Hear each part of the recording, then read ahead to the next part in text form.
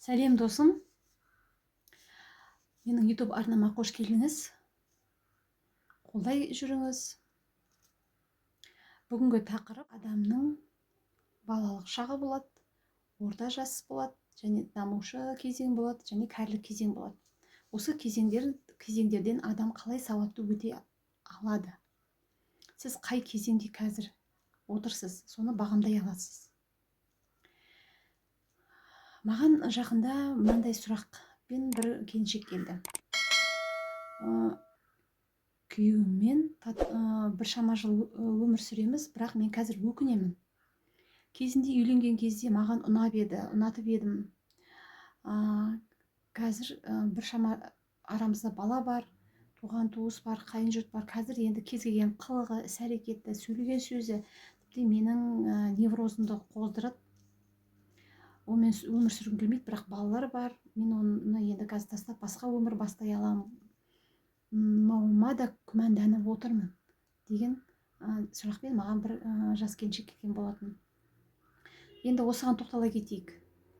Жалпы қай уақытта, қай кезеңде біз көп шатыс басамыз, қай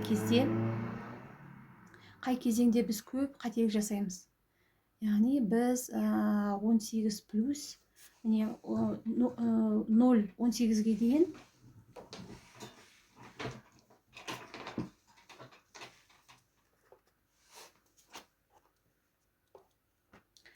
0-18 жасқа дейін біз не істейміз?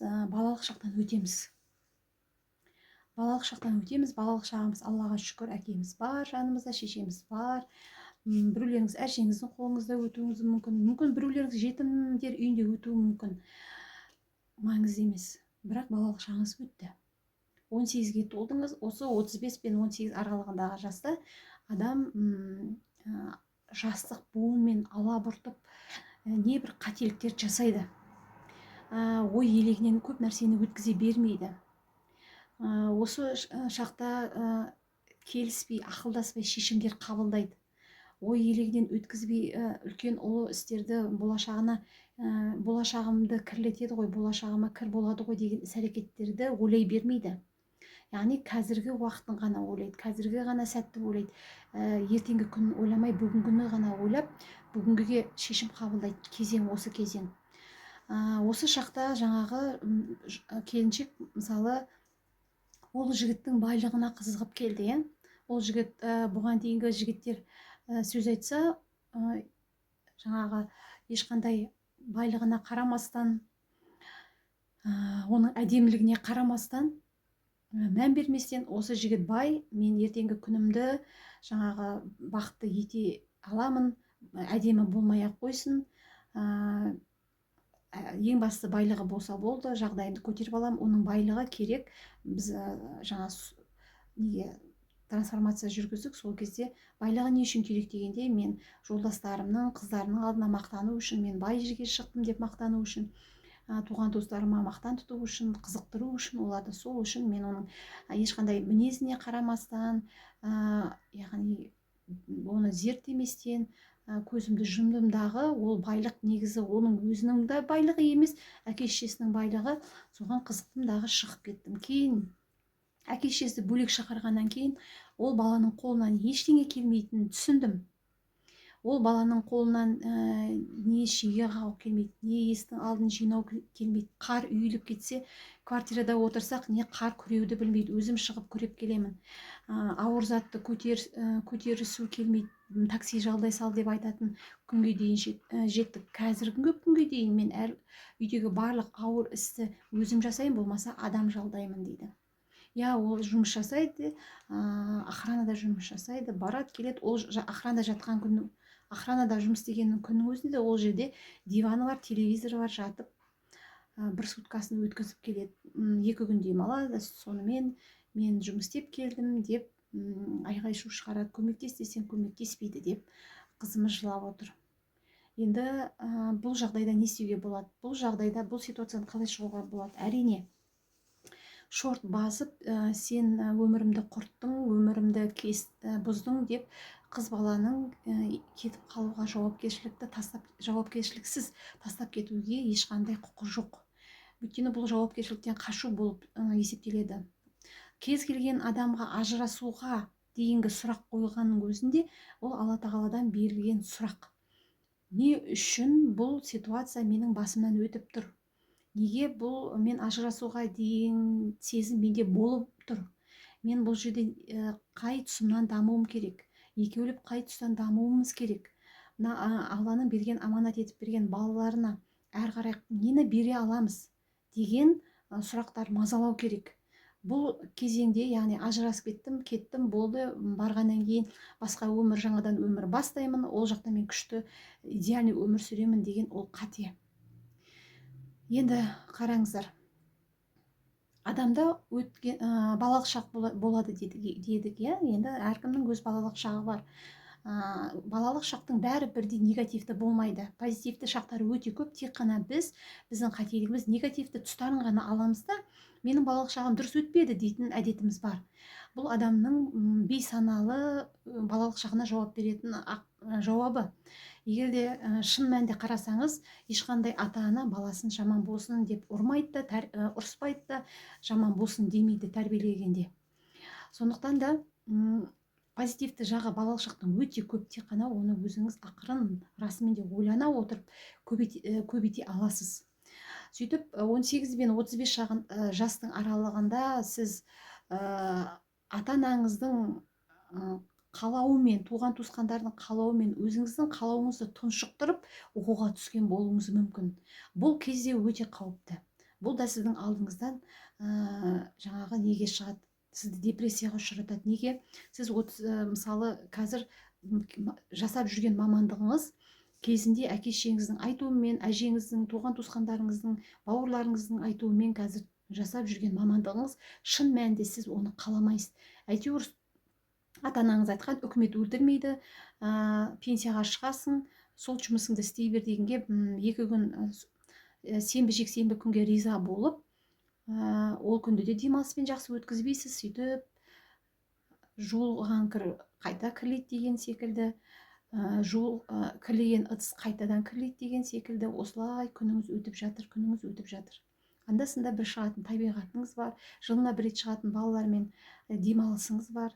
Мүмкін шетелге барарсыз, мүмкін шетелде барып демалмассыз. Шетелге барып демалмаған күннің өзінде табиғат аясына шығып демалу деген сізде бар ма, күнтізбеңізде или жоқ па, оны өзіңіз білесіз. Енді қараңыз, егер де сіздің балалық кезден Алла тағала әр адамға өзінің ішкі қабілетін береді, потенциалын береді. Адамның, кез келген адамда өзінің ішкі құндылығы бар. Яғни ол құндылықты неге береді Алла тағала бізге? Өйткені басқа да өзінің жаратқан пенделеріне көмек беру үшін береді. Сені себепкер етіп береді. Мысалы, шын мәнінде сені дәрігер етіп жаратқан болуы мүмкін Алла тағала. Сондай қабілетті берген болуы мүмкін Алла тағала. Шын мәнінде сен тазалыққа, ине салғанға, адамның жанын емдегенге, адамның жанына сауықтырғанға, адамның жанына ләззат бергенде, тыныштық бергенге сіздің жан дүниеңіз құмартып тұрады. Өйткені Алла тағала басында сол дүниені сізге берген. Ал сіздің ата-анаңыз жоқ, мұғалімдік жақсы, таза жұмыс, жаңа мұғалімдікке бар, дәрігерлікті қайтесің? Оны 7 жыл оқисың, 7 жыл мен сені оқыта алмаймын, 4 жыл оқысаң да жетеді деп мұғалімдікке сізді кезінде оқытты. Не грантпен оқыдыңыз, не ақшаға оқыдыңыз. Сөйтіп оқыдыңыздағы қазір мұғалім болып жұмыс жасап жүрсіз. Мысалы, бірақ шын мәнінде ішкі жан дүниеңіз адамның жанын емдеу, адамға ләззат беру, адамды тыныштандыру. Бір арасында хоббиім деп қоясыз, бірақ үйіңізде адам ауырып жатса, соның не себептен ауырғанын сіз біліп тұрасыз. Сондай қабілетіңіз бар. Онда сіз өзіңіздің жаңағы ішкі Алла берген қабілетпен айналыспағаннан кейін, оны қолға алмағаннан кейін, сіз іштей бейсаналы өзіңізді күйзеуде бересіз, депрессияға ұшырай бересіз. Дәл солай мысалдар өте көп. Мысалы, біреулер айтады, сурет салу менің хоббиім дейді. Яғни, оны мен жақсы көремін, анда-санда сурет салам дейді. Ал шын мәнінде ол сол хоббиін дамытатын болса, ол эстетикалық сәнді адамдарға табиғат аясын, табиғатты, болмаса бір Алланың жаратқан 18.000 ғаламның жаратқан ішіндегі жаратылыстардың барлығын сен сурет арқылы адамдарға жеткізетін эстетикалық талғамың болса, онда Алла тағала саған сол суретті дамытқан, дарытқан, ішіңе берген. Яғни сондықтан да сіз оны жай ғана хоббиім деп қарап жүрсіз да. Егер сіз шын мәнінде хоббиіңізді дамытатын болсаңыз, қосымша, яғни параллельді мән арқылы алатын болсаңыз, яғни сіз не істейсіз, ол жұмысқа да бет бұрып кетуіңіз әбден мүмкін. Өмірде параллельді мән және пирамидалық мән деген екі мән бар. Пирамидалық мән дегеніміз тек қана адам өмірінде бір ғана нәрсені алады дағы, тек сонымен ғана жұмыс жасайды. Мысалы, біреулер өмірімнің мәні бала десе, тек қана баласына уақытын, ақшасын, энергиясын, денсаулығын арнайды. Сосын белгілі бір 18-19-ға келгенде баласы ұясынан ұшқаннан кейін ана кісі депрессияға ұшырай бастайды. Неге? Өйткені оның мәні жоғалды. Ол өмірде бір ғана мәнді алған, сол мәнді жоғалтып алды. Сондықтан да тура сол сияқты бір кісілер бір мамандықты алуы мүмкін, бір кісілер адамды алуы мүмкін, біреу жолдасын алуы мүмкін, біреу бауырларын алуы мүмкін, біреу ата-анасы деп алуы мүмкін мәнді, біреулер белгілі бір мамандықты, мәнім, өмірімнің мәні осы, бүкіл энергиямды, күш қуатымды, ақшамды, денсаулығымды осы жұмысыма арнаймын деген адамдар болса, белгілі уақыттан кейін пенсияға шығатын болса, ол кісі сразу депрессияға ұшырайды. Не инсульт, не инфарктке тез барады. Неге? Себебі ол кісілер пирамидалық мәнде өмір сүрген кісілер.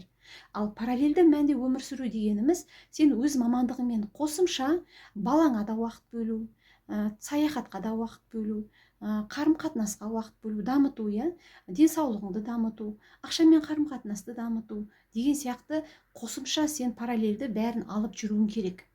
Яғни көп жағдайда депрессияға ұшырамайтын, көп ауруларды өзіне жұқтыра бермейтін адамдар осы параллельді мәнде өмір сүретін адамдар. Сонымен айта кетейік, бір сөзімізге ұласып кетті. 35+45 жаста, яғни біз бағана алабұртып, ойланбастан, қателесіп, ақылдаспастан, өзім білемге салынып, біз қателік жібердік. Мүмкін осы жерде біреулер қателесіп мамандық таңдауы мүмкін, қателесіп жар таңдауы мүмкін, бір ғана нәрсесі қызық болуы мүмкін, мысалы жарының. Не ол жақсы гитара тартты деп қыздар соған қызығуы мүмкін. Болмаса бір бойы ұзын, сол үшін тұрмысқа шығуы мүмкін. Біреулер бір қыздарымыз байлығы үшін шығуы мүмкін, бір қыздарымыз ата-анасы жақсы деп шығуы мүмкін, текті жер деп шығуы мүмкін. Яғни шын мәнінде ол адамды зерттеуге жатпайды. Тұрмысқа шығар кезінде адамдың құндылығын зерттеу керек. Шын мәнінде ол адам жауапкершілігі бар ма? Өмірге деген қиындыққа төтеп бере ала ма? Басынан қандай қиындық сәтте ол сытылып шығып, екі қолын көтеріп болдым деп беріле сала ма? Шынайы ма? Жауапкершілігі бар ма? Әділетті ма? Ариатқа сүйенеді ма? Деген секілді осындай жаңағы адамның құндылығын зерттей отырып бару керек тұрмысқа шыққанда. Негізі мысалы, мен өзім де тұрмысқа шығатын кезінде жолдасымның басқа ештеңесіне қызыққан жоқпын, тек қана шыдамдылығына қызықтым. Өйткені мен жұмыс жасап жүргенде жұмысқа сағат кірдім 1-дің уақытында, шықтым 8-де, сыртқа шықсам әлі отыр күтіп. Сосын мен таң қалдым, сен әлі отырсың ба, мен сен кетіп қалды деп ойладым. Жоқ, сен жұмысқа 1-де кірдің, содан мен отырмын.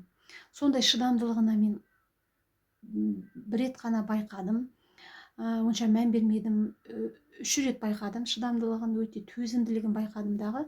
Сол қасиетіне кез келген жігіт адам, мысалы мен жиналыста болам, 3 сағаттап отырам, 4 сағаттап отырам, сонда да күтіп отыратын қасиетіне, қабілетіне, сондай шыдамдылығына, сабырлығына мен қызықтым дағы, тұрмысқа шықтым. Оның не әдемілігіне қараған жоқпын, ақшасына қараған жоқпын. Онда бір керемет ақша таппайтын, болады, мемлекеттік қызметкер. Отбасына қараған жоқпын, жаңағы қазақ па, қазақ. Шыдамды ма, рухани жаңағы бай ма, бай. Жаңағы ер азамат секілді ма, көп сөйлемей ма, жауапкершілігі бар ма, әділетті ма, ариатқа сүйенеді ма? Осы құндылықтарды қарадымдағы мен тұрмысқа шықтым, және қателескен жоқпын. Біз 10 жыл отасқаннан кейін үлкен сынақ менің басыма келді. Яғни сынақ авария болды. Одан кейін мені қазір 3-ші жыл жолдасым мені әлі күтіп жүр, мені қарайды. Мені осы коляскадамын қазір мен. Денемнің жартысы сезілмейді, бірақ мені күтеді, мені жуындырады, мені қарайды, кейде шашым тарап береді, тамағымды жасап береді, мен турап беремін, кейде өзім жасаймын, шамам келмей жатса жолдасым жасап береді. Үйде отырып білес ұстай беремін, бірақ арасында жолдасым көмектесе береді маған. Яғни бұл жолдасымның сол кездегі менің қателеспеген, менің ақылымның, ойымның қателеспеген, өзіме сұрақ қоя білгендегі жауабымның қазір мен 10 жылдан кейін соның маған дәлелі. Енді бір темадан бір темаға кетіп қалдым ба? 35 плюс 45 жас аралығында дамушы кезең деп атайды. Неге дамушы кезең? Енді сіз 18 плюстен жаңағы қателесіп қадам басқандарыңыз бойынша, неке 35 жастағы қыз мысалы ажырасамын деп шешім қабылдап отырса, осы шақ оған дамушы кезең арқылы беріп отыр. Бұл дамушы кезеңде Алла Тағала өзіне шақырады. Қалай шақырады? Сен маған кел, менен мән табасың. Өмірдің кез келген сұрағына мен жауап бере аламын. Сен бұлай шорт кесіп өзің шешім қабылдама. Бұл ажырасу кезеңінде мен саған сабақ арқылы, сынақ арқылы беріп отырмын. Осының артында сабағы бар. Яғни сен дамисың, сен дамый отырып, жолдасың саған қарап дамый бастайды деген сынағы тұр. Осыны түсінген, дер кезінде түсінген адам, Алла өзіне шақырып тұрған сәт, осы сәт қуану керек. Қатты қуану керек. Алла мені өзіне шақырды ғой деп қуану керек. Осы сәтте дамуды бастау керек. Дамуды әркім әртүрлі бастайды. Рухани құндылықты толтыратын кітаптар оқи бастайды. Біреулер намаз оқиды, бір кісілер Құранның жаңағы қазақша аудармасын оқи бастайды. Бір кісілер дұға жаттай бастайды, бір кісілер зікір айта бастайды. Бір кісілер күнделікті садақа беру арқылы Аллаға жақындай береді. Бір кісілер Меккеге дайындалады, барып келем деп. Яғни Аллаға шақыру, Алла өзіне шақыру, мен мән табасың деген жол өте көп. Соны әйтеуір адам өзіне ыңғайлы, өзінің жанына жақын бір жолды таңдайды. Сол жолмен ақырындап Аллаға барады. Кез келген сұрақтың жауабын сол Алла өзі жауап береді. Оған қалай жауап береді? Яғни ол іштей өзі ойланып сұрақ қояды. Сол сұрақтың жауабы не ол YouTube арқылы тыңдап қалуы мүмкін, не біреулер жауап әлеуметтік желіден оған жауап айтуы мүмкін, болмаса өзіне сол жауап өз ойы арқылы келеді, түйсік арқылы келеді. Оны орысша подсознание деп атайды. Яғни ойы арқылы, түйсігі арқылы өзіне жауап келеді. Енді осы дамушы кезеңде егер де сіз мойындамайтын болсаңыз, ол ескінің сарқын шағы, мен әдет ғұрып салт дәстүрді ұстанбаймын, ол ескінің сарқын шағы, ол баяғы заман, қазір современный заман дейтін болсаңыз, бәрібір де Алла Тағала сізді биологиялық жағдайдан өзіне шақырады. Не сіз қандай да белгілі бір органдар ауырады, денсаулығыңыз нашарлай бастайды, не бір түрлі сынақтардан ақырындап өтесіз, әлі түсінбей жатсыз, әлі басыңызға тимей жатыр. Бірақ бір күні Алла Тағала қатты сынақ береді дағы, сол сынақ арқылы өзіне шақырады. Егер сіз осы уақытта түсінген болсаңыз, онда қуана беріңіз. Егер де сіз жоқ деп мойындамайтын болсаңыз, мойынсұнбайтын болсаңыз, онда жаңағы Алланың алдында сіз жоқсыз. Ол қалай дегенде, адам ретінде, сіз статистика бойынша барсыз, сонда тіркеліп тұрсыз, бірақ Алланың алдында жоқсыз. Алланың алдында өзі белгілі бір адамдар болады. Алла оны көтеріп тұрады, ол адамдарды. Ол адамдар нұрланып тұрады. Ондай сол адамдар, ол әлем бойынша 3% ғана деп аталады. 3% ғана адамдар болады деп айтады. Рухани бай, нұрланып тұратын адамдар 3%, жаңағы 3% сол адамдар осы бүкіл 97% адамдардың апатқа ұшырамауына, бәлеге ұшырамауына, яғни себепкер адамдар деп атайды негізі. Осы 3% адамды. Сіз енді егер де сол 3% адамның мен де ілінгім келеді, мен де сол Алланың жақсы көретін құлдарының қатарына болғым келеді деген болсаңыз, басыңызға түскен сұнақты артында қандай мән тұрып, Алла маған бұнымен нені айтқысы келіп тұр деп, міндетті түрде рухани байлықты құюға, көкірек көзіңізді рухани тұрғыдан ашуға, рухани құндылықты бойыңызға дарытуға тырысқаныңыз абзал. Ал енді 45+ деген 45 жас 35 плюс жасында қыздар әжіммен алыса бастайды, иә, денсаулығын нығайтқысы келіп тұрады. Бұл бейсаналы өлімнен қорқу, яғни өлімнен деген қорқынышы. Бұл негізі әдемі қартаю деген бар. Әдемі қартаю дегеніміз ертеңгі артыңыздағы ұрпаққа айтып кететін сүбелі сөзіңіз дайын болу керек. Орнымен мақал мәтелдерді айта білуіңіз, немереңізге жаңағы ертегі айта білуіңіз, жырдастандарды, хиссаларды, ертегілерді, әдемі сөздерді, әдемі оқиғаларды, әдемі әңгімелерді, яғни осы кәрілік шақта сіз дайындаласыз, кәрілік шаққа дайын боласыз. Бұны әдемі қартаю деп атайды. Әдемі қартаю деп атайды. Ал егер де сіз не аузыңызда дұрыс сөзіңіз болмаса, дұрыс бата білмесеңіз, артыңыздағы немереңізге, балаларыңызға айтып кететін жаңағы әдемі өсиетіңіз болмаса, онда бұл әдемі қартаю деп айтпайды. Бұны енді аты жаман, жүрегіңізге келіп қалмасын, айтпай ақ қояйын, енді өзіңіз саралай беріңіз. Сондықтан да біз әдемі қартаюға кез келген адамды Алла тағала шақырды ғой, 35+ 35-тен жоғары жаста, кей кісілерді 30 жастан жоғары шақырады. Осы шақта бізді Алла тағала шақырған кезде қуана келіп, рухани байып, рухани дамып, міндетті түрде біз Аллаға шақырылуымыз керек. Алланы бізді шақырғанына қуануымыз керек. Яғни бізді әдемі біз туылдық, енді әдемі өлуге бізді не істейді? Алла тағала шығарып салады, иә. Өліміңді әдемі күтіп ал дейді. Соған біз дайын болуымыз керек. Мінекей, қорытындылай айтатын болсақ, адамның өзінің әр шағы болады: балалық шақ, орта жас шақ, дамушы шақ және кәрілік шақ. Сіз қай шақтасыз және қай шақты сіз өзіңізге қолайлы өткізіп жатырсыз? Мүмкін қазір сізде қандай да бір мәселе, ситуациялар, проблемалар болып жатқан болса басыңызда, онда сізге Алла тағала өзіне шақырып жатыр деген сөз. Яғни бұның артында қандай да бір мәні бар. Сіз өзіңізге сұрақ қоя біліңіз: неге берді маған, не үшін берді? Тіпті сізге зиян келтірген адамдарға рахмет айтыңыз, өйткені ол адамдар жай ғана себепкер, ол адамдарды Алла тағала себепші етіп қана жіберді. Сіз кінәні артпаймыз, оларға ренжімейміз, ұрыспаймыз, кек сақтамаймыз. Я, сен мені ренжіткеніңе рахмет, сен мені ренжітпегенде, сен маған осындай сен себепті осындай ситуация болмағанда, осындай мәселе болмағанда мен бұның мәнін түсінбес едім деген секілді. Мысалы, мен өзім авария болған күнге қатты риза боламын. Авария болған күнді қатты жақсы көремін. Ол менің екінші туылған күнім деп ататынды. Мен ол күнді тіпті тойлаймын да. Өйткені мен ол күнді қатты жақсы көремін, ол күнге өкпелемеймін, ренжімеймін.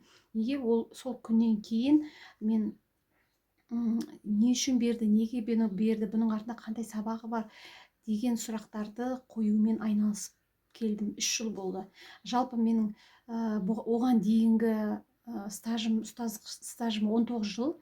Енді сол 19 жыл бойы тек қана біз мұғалім болғаннан кейін мектеп, жұмыс, мектеп, үй болып жүре бердік түске дейін. Мектепте, түстен кейін тағы мектепте жұмыс істеймін. 2 жерде мектепте жұмыс жасай бердім. Бүкіл энергиям сонда кетті. Келгеннен кейін шаршап келемін. Балаларыма қарау мүмкіндік жоқ, енеме қарау мүмкіндік жоқ, жолдасыма қарау мүмкіндік жоқ. Барлық энергиямды, күш қуатымды, тіпті ақшамның, айлығымның 30%-ын көрнекілік құралдар алуға, қағаз қаламға жұмсап, фломастеріне дейін сондай дүниелерді алуға жұмсаймын дағы. Ал өзіме келген кезде өзімнің денсаулығыма мән бермеу, өзімнің күш қуатыма мән бермеу, өзімнің алтындай Алла берген уақытына мән бермеу, Алланың берген аманаты балаларыма мән бермеу деген менде сондай минус жағдайға кетіп бара жатқанын түсіндім.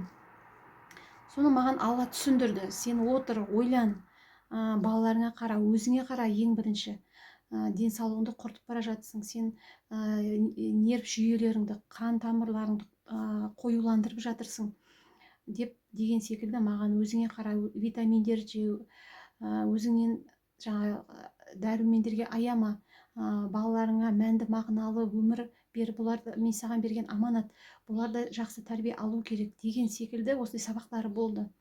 Жолдасыңа жар ретінде қара, яғни екеуіңді мен сендерге, менің ұрпағымды әрі қарай жалғастырсын деп екеуіңді қостым деген сияқты, иә.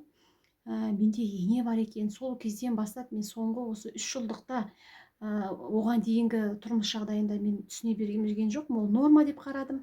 Ал енді кәдімгідей әр уақытыма мән беріп, ішкен жегенме мән беріп, сондай мағыналы өмірді сыйлаған Алла тағалама қатты риза болып, дән риза болып, мен осы өмірімді қабылдадым.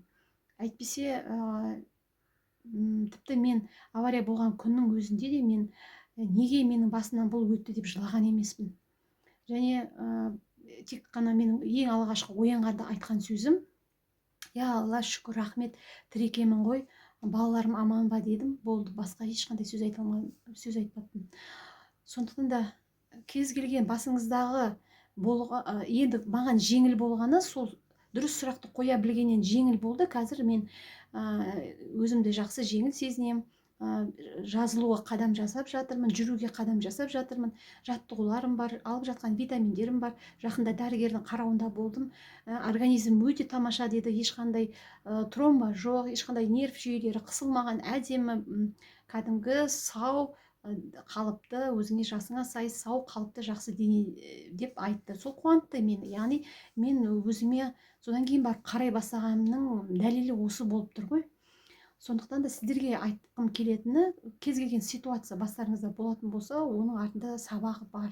Қайта сіздер сол сабақты кейбір кісілерге, тіпті мен тыңдап отырған жас мамандар болса, 18-ге дейін, тіпті басыңызға іс түспей алдын ала түсінгендеріңіз дұрыс, алдын ала білгендеріңіз жақсы, алдын ала Алла тағаланың сізге айтары барын білгендеріңіз жақсы, оның шақырғанын күтпей өздеріңіз барғандарыңыз жақсы, өздеріңіз қадам басқандарыңыз жақсы. Сондықтан да мынау 13 жастан жоғары қарай балаларды ақырындап Алланы тануға, санамақтар, қуырмаштар, ертегілер, жырлар бойына дарту арқылы үйдегі балалар не істеп жатырмыз, яғни бойына рухани құндылықты ақырындап аз-аздан дәнегін егіп жатырмыз. Яғни өскен кезде кез келген қадамын шалыс баспайтындай, кез келген қадамын ақмақтықпен, қызуқандылықпен, қызбалықпен жасап қоймайтындай, ой елегінен өткізе алатындай, таразыға салып дұрыс қадам жасай алатындай, сондай трансцендентті әлеммен байланысты біз үйде отырған ата-аналар жасап отырмыз.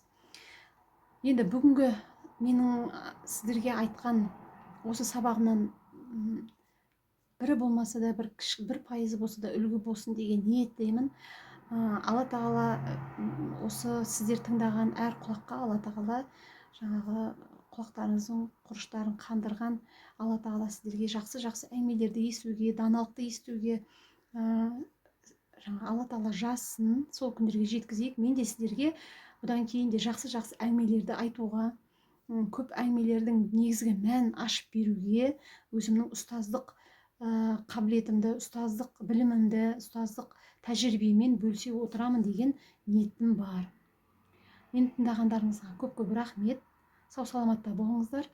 Қоңыраушаны басып, маған тіркелуді ұмытпаңыздар.